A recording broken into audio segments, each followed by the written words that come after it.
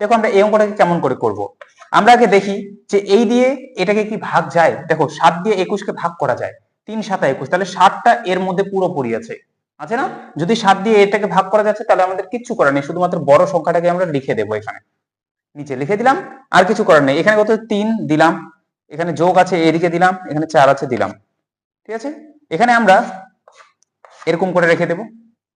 এখানে 7, এখানে আছে 21, মিল আছে, মিল নাই না? তাহলে 7 সাথে কত গুণ করলে 21, 7 সাথে যদি আমরা 3 গুণ করি তবে হবে 21, অথবা 7 দিয়ে 21 কে ভাগ করলে কত হয় 3, তো ওই 3টাকে আমরা এখানে করে দেবো গুণ।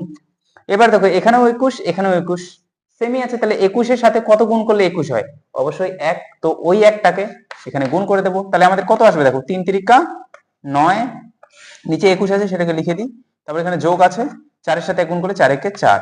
দেখো এবার 9 এর সাথে 4 যোগ করলে কত হবে 13, আর এখানে কত আছে 21। আশা করি বুঝতে পেরে গেছো সবাই।